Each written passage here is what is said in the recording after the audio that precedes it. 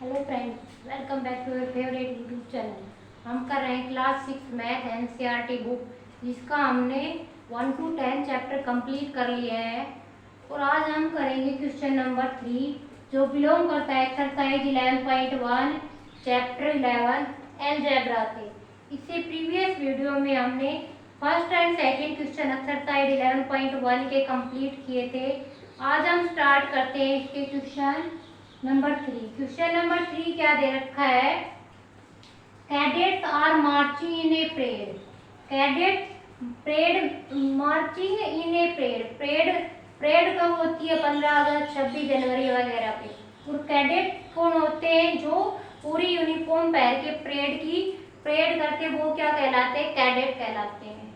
There are 5 cadet इन ए रो। और एक रो में कितने कैडेट है? 5 कैडेट है। अब रो क्या होती है? रो ऐसे होती है, जो हॉरिजॉन्टल होती है ये क्या होती है? रो होती है। और कॉलम क्या होता है? बिल्कुल सीधी लाइन क्या होता है? कॉलम। तो हमने क्वेश्चन में रो का यूज किया है, तो रो बता दी। जो हॉरिजॉन्टल लाइन है वो क्या होती है? रो होती है। Next, what is the rule which give the number of cadet. Number of cadet देने के लिए हम क्या रूल यूज करेंगे? Give the number of row. Number of row हमारे पास दे रखा है एन।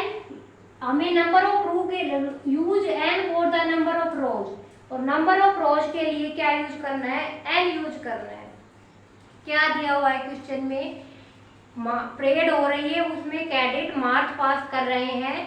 तो एक रो में 5 कैडेट चल रहे हैं। ऐसे हमें फाइंड आउट करना है कि क्या रूल आएगा कि हमारे पास एन रो हो तो कितने कैडेट मार्च पास करेंगे। हमें ये फाइंड आउट करना है। तो क्वेश्चन की स्टेटमेंट क्लियर हुई पहले। तो क्या दे रखा है? एक रो में कितने कैडेट है? 5 कैडेट है। तो हम बना लेते हैं कि एक रो में कितने कैडेट दे रखे हैं? 5 कैडेट है। ये 5 कैडेट है, ये इस रो में चल रहे हैं, मार्च पास कर रहे हैं। तो ये परेड कर रहे हैं। एक रो में कितने कैडेट हो गए?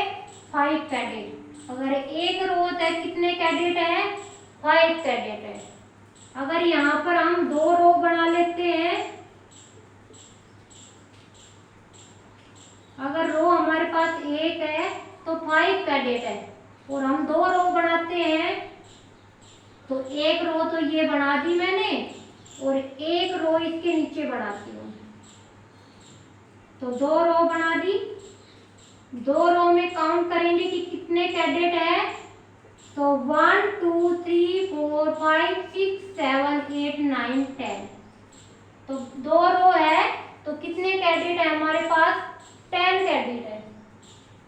नेक्स्ट हम करते हैं 3 रो है। 3 रो, प्रत्येक रो में कितने कैडेट है? 5 कैडेट है। तो पहले हम बना लेंगे, उसके बाद काउंट करेंगे। ये एक रो हो गई, इसमें मैंने 5 कैडेट बना दिए। ये दूसरी रो है, इसमें भी 5 कैडेट बनाने हैं।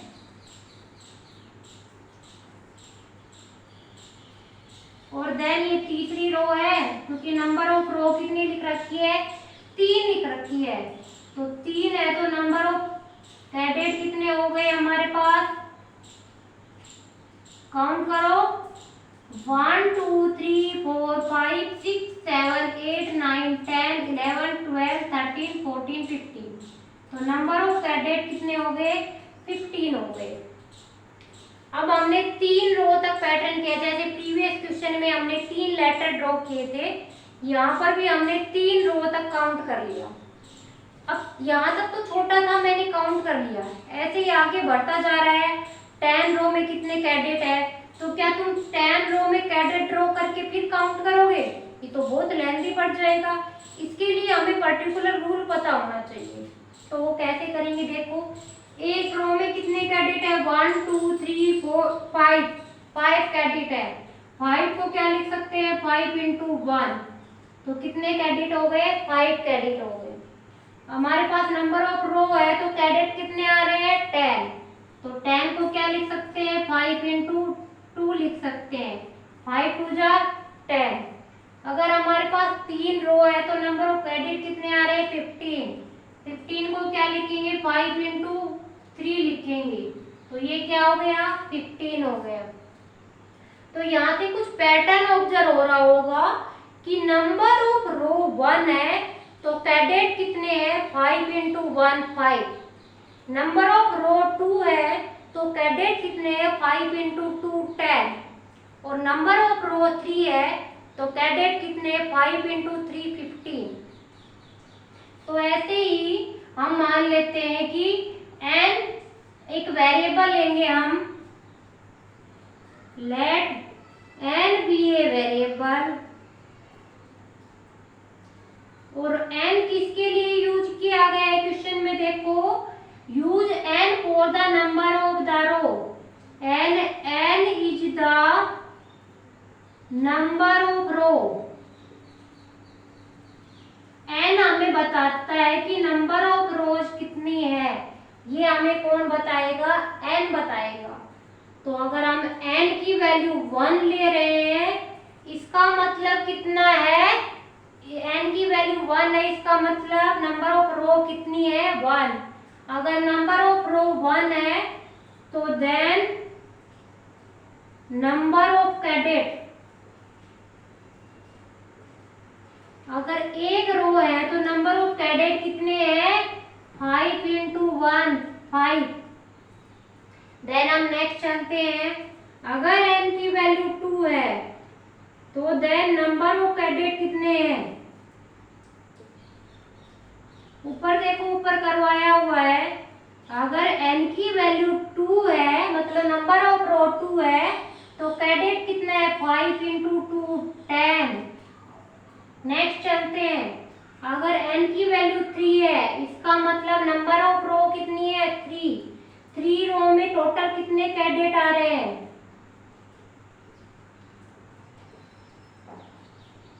नंबर ऑफ कैडेट कितने हैं 5 इंटू 3। ऐसे ही हम चलते जाएंगे आगे आगे। और n की वैल्यू हम n मान लेते हैं। अगर हमारे पास n रो है तो नंबर ऑफ कैडेट क्या आएगा हमारे पास,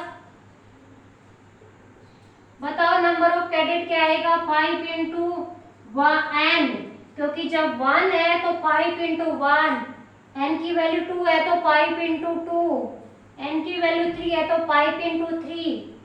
ऐसे ही n की वैल्यू n आ गई तो number of cadet 5 into n। तो हमारा नंबर ऑफ कैडेट क्या आ गया, number of cadet is equal to 5n। 5n का मतलब होता है 5 मल्टीप्लाई बाई n। तो हमारा कैडेट कितना आ गया 5n आ गया। कैसे किया था, जब हमने एक रो ड्रॉ की तो उसमें कैडेट कितना आ गया 5 इंटू 1 5। अगर हम दो रो ड्रॉ कर रहे हैं, दो रो में कितने कैडेट है 5 इंटू 2 10। अगर हम 3 रो ड्रॉ कर रहे हैं तो कितने कैडेट आए थे 5 इंटू 3 10। ऐसे ही हम चलते जाएंगे तो n रो ड्रॉ करेंगे तो कितने कैडेट आएंगे 5 इंटू n। तो हमें रूल फाइंड आउट करना था जो नंबर ऑफ कैडेट बताता हो। तो नंबर ऑफ कैडेट क्या आ गया 5n, जहाँ पर n क्या है नंबर ऑफ रो। अगर n की वैल्यू 1 रखते हैं तो नंबर ऑफ रो कितनी है 1। तो नंबर ऑफ कैडेट कितने आ जाते हैं 5 इंटू 1 5। क्या 5 आ रहा है, ठीक हो गया। अगर n की वैल्यू 2 लेते हैं नंबर ऑफ रो कितने हो गए 2, और नंबर ऑफ कैडेट कितना हो गया 5 इंटू 2 10। तो क्या 10 आ रहा है, ठीक हो गया। अब नंबर ऑफ रो हम 3 मानते हैं, इट मीन्स n की वैल्यू क्या है 3। तो 5 इंटू 3 15। तो कैडेट क्या आ रहे हैं 15 आ रहे हैं। तो हमारा 5n जो रूल लिया है नंबर ऑफ कैडेट का वो हमारा ठीक आ रहा है। तो ये हमारा थर्ड क्वेश्चन कंप्लीट हो गया है। आई होप यहाँ तक अच्छे से क्लियर हो रहा होगा। अब हम स्टार्ट करते हैं इसका next question, question number 4। Question number 4 में क्या दिया गया है, if there are 50 mango in a box. कोई बॉक्स दिया गया है उसमें कितने मैंगो है 50 mango. How will you write the total number of mangoes in term of the number of boxes. तुम टोटल नंबर ऑफ मैंगो कैसे बताओगे in term of boxes, boxes के टर्म में। और use B for the number of box, b किसके लिए use किया है? नंबर ऑफ बॉक्स के लिए किया गया है। तो क्वेश्चन में क्या दिया गया है? एक बॉक्स में 50 मैंगो दिए गए हैं, हमें टोटल नंबर ऑफ मैंगो का रूल लिखना है, जो बॉक्सेस की टर्म में लिखना है। और टोटल कितने बॉक्स दिए गए हैं? बी बॉक्स दिए गए हैं। तो सेम पैटर्न करना है जो प्रीवियस क्वेश्चन में करते आ रहे हैं। पहले हम एक बॉक्स बनाएंगे। इस बॉक्स में कितने मैंगो रखे हुए हैं? 50 मैंगो रखे हुए हैं। तो एक बॉक्स में कितने मैंगो हो गए? 50 हो गए। ऐसे ही हमने दो बॉक्स बनाए, तो दो बॉक्स बनाए, 50 इसमें रखे हुए हैं और 50 इतना। 50 प्लस 50 क्या हो गया? 100 हो गया। देन हम 3 बॉक्स बनाते हैं, तो 3 बॉक्स बना दिए मैंगो के। तो कितने मैंगो हो गए? 50 इसमें, 50 इसमें और 50 इसमें। 50 प्लस 50 100 प्लस 50 150। तो देखो अगर एक बॉक्स है तो कितने मैंगो आ रहे हैं? 50। और दो बॉक्स कर रहे हैं तो 50 प्लस 50 कितने मैंगो है? 100। 3 बॉक्स कर रहे हैं तो 50 प्लस 50 प्लस 50 कितने मैंगो है? 150। ऐसे ही मैं तुमसे पूछूं 50 बॉक्स है तो तुम कैसे निकालोगे? क्या तुम 50 प्लस 50 बार ऐड करके ऐसे निकालोगे? ये तो बहुत लेंथी पड़ जाएगा। इसके लिए हमें रूल फाइंड आउट करना है। तो देखो एक वेरिएबल ऐड करना है बी। इस क्वेश्चन में दे रखा है कि हमें वेरिएबल क्या ऐड करना है? B. Let b is a variable. हमने लेट कर लिया कि बी कोई वेरिएबल है एंड बी किसके लिए यूज किया गया है? B is the number of box. B किसके लिए यूज किया गया है? नंबर ऑफ बॉक्स के लिए। अगर बी की वैल्यू 1 है तो नंबर ऑफ बॉक्स 1 है, बी की वैल्यू 2 है तो नंबर ऑफ बॉक्स 2 है, और बी की वैल्यू 3 है तो नंबर ऑफ बॉक्स क्या हो गया? 3 हो गया। तो हम मानते हैं कि b इज इक्वल टू 1। इसका मतलब क्या है? b 1 है तो बॉक्स हमारे पास कितने हैं? 1 है। और 1 बॉक्स है तो नंबर ऑफ मैंगो कितने हो जाएंगे? एक बॉक्स में कितने मैंगो आ रहे हैं? 50 मैंगो आ रहे हैं। देन हम मानते हैं b की वैल्यू 2। b की वैल्यू 2 का मतलब क्या है? हमारे पास कितने बॉक्स है मैंगो के? 2 बॉक्स है। तो देन नंबर ऑफ मैंगो हमारे पास दो बॉक्स है तो मैंगो कितने हैं? 100 है। नेक्स्ट चलते हैं, b की वैल्यू 3, मतलब हमारे पास 3 बॉक्स है मैंगो के। तो देन नंबर ऑफ मैंगोज कितने हो जाएंगे? 150। ये निकला था 150। तो एक बॉक्स है तो 50 आ रहे हैं मैंगो, 2 बॉक्स है तो 100 मैंगो आ रहे हैं, 3 बॉक्स है तो 150 मैंगो आ रहे हैं। तो 50 को क्या लिख सकते हैं? 50 इंटू 1, 100 को 50 इंटू 2 और 150 को 50 इंटू 3, क्योंकि 51 जा 50, 52 जा 100, 53 जा 150। इस पैटर्न से कुछ दिखाई दे रहा है? अगर एक बॉक्स है तो मैंगो 50 इंटू 1, 2 बॉक्स है तो मैंगो 50 इंटू 2, 3 बॉक्सेज है तो मैंगो 50 इंटू 3। ऐसे ही अगर b बॉक्स हो जाए, b की वैल्यू हम b मान लेंगे, देन ये टर्म चलती ही रहेगी। देन नंबर ऑफ मैंगो कितने हो जाएंगे? बताओ तुम सब। 1 था तो 50 इंटू 1, 2 था तो 50 इंटू 2, 3 बॉक्स थे तो 50 इंटू 3, b बॉक्स है तो 50 इंटू बी। इसको क्या लिख सकते हैं? 50b भी लिख सकते हैं। तो हमारे पास कितने बॉक्स है? b बॉक्स है, उसमें हमें फाइंड आउट करना है नंबर ऑफ मैंगो कितने हैं। तो नंबर ऑफ मैंगो कितने आ गए हमारे पास? अगर हमारे पास बॉक्सेस बी दे रखे हैं तो नंबर ऑफ मैंगो 50 बी आ गया। किसकी टर्म में लिखना था? बी की टर्म में लिखना था। और बी किसके लिए है? B is the number of box. B की वैल्यू क्या है? बी हमारा नंबर ऑफ बॉक्स है। तो कैसे किया ये क्वेश्चन हमने?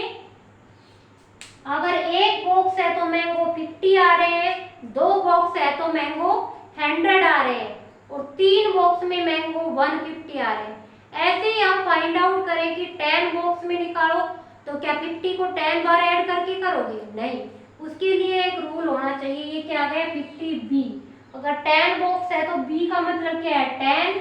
50 इंटू 10 कितने मैंगो हो गए? 500।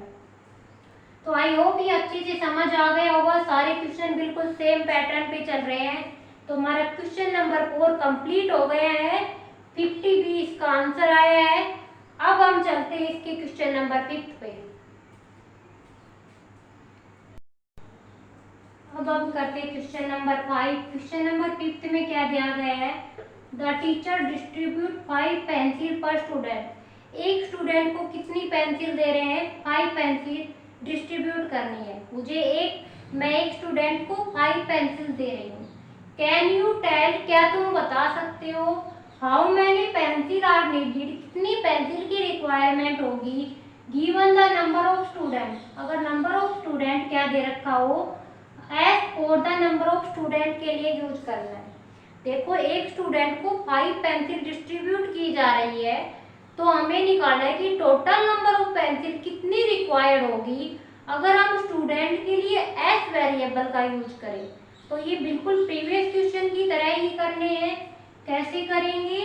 एक स्टूडेंट है, अगर नंबर ऑफ स्टूडेंट क्या है? 1 है, तो पेंसिल कितनी है हमारे पास? 5 पेंसिल देनी है। तो हम लेट कर लेंगे s be a variable. S कोई एक वेरिएबल है and use s for the number of student. S हमने कोई एक वेरिएबल लिया क्योंकि क्वेश्चन में एस वेरिएबल दे रखा था और जो डिनोट करता है नंबर ऑफ स्टूडेंट को।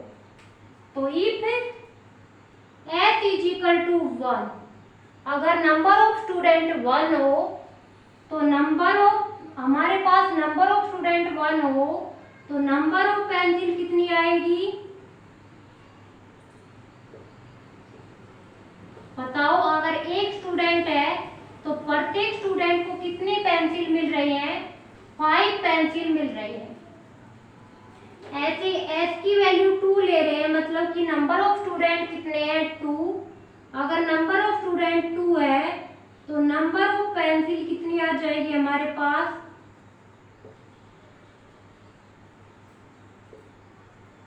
5 इंटू 2, क्योंकि एक स्टूडेंट को कितनी पेंसिल मिल रही है? 5। तो दो स्टूडेंट को कितने पेंसिल दोगे? 5 इंटू 2 10 पेंसिल। अगर एस की वैल्यू 3 है, मतलब कि 3 स्टूडेंट को पेंसिल डिस्ट्रीब्यूट करनी है, तो तुम कैसे करोगे? 5 पहले बच्चे को दे दोगे, 5 सेकंड बच्चे को और 5 3 बच्चे को। तो टोटल पेंसिल 5 प्लस 5 प्लस 5 क्या हो जाएगी? 15। तो 5 इंटू 3 15। ऐसे ही हम चलते रहेंगे। एस की वैल्यू एस, मतलब नंबर ऑफ स्टूडेंट एस है, तो कितनी पेंसिल डिस्ट्रीब्यूट करोगे? देन नंबर ऑफ पेंसिल्स, कितनी पेंसिल डिस्ट्रीब्यूट करोगे? 5 इंटू एस, क्या हो जाएगा? 5s हो जाएगा। तो हमारे पास क्या आ गया? टोटल नंबर ऑफ पेंसिल कितनी आ गई? टोटल नंबर ऑफ पेंसिल कितनी आ गई? 5n आ गई, सॉरी 5s आ गई। और s क्या है हमारे पास? s is the number of student, S हमारा नंबर ऑफ स्टूडेंट बताता है। तो कैसे किया, अगर हमारे पास एस की वैल्यू 1 है, मतलब नंबर ऑफ स्टूडेंट 1 है और 1 स्टूडेंट को हमें पेंसिल देनी है, और क्वेश्चन में दे रखा है कि 1 स्टूडेंट को कितने पेंसिल डिस्ट्रीब्यूट करनी है, 5। तो कितने पेंसिल हो जाएगी, 5, और 5 को क्या लिख दिया, 5 इंटू 1। ऐसे ही एस की वैल्यू 2 ली, इसका मतलब नंबर ऑफ स्टूडेंट कितने, 2। अब एक स्टूडेंट को 5 पेंसिल देनी है, 2 को कितनी हो जाएंगी, 5 प्लस 5 10। तो 10 को मैंने लिख दिया 5 इंटू 2।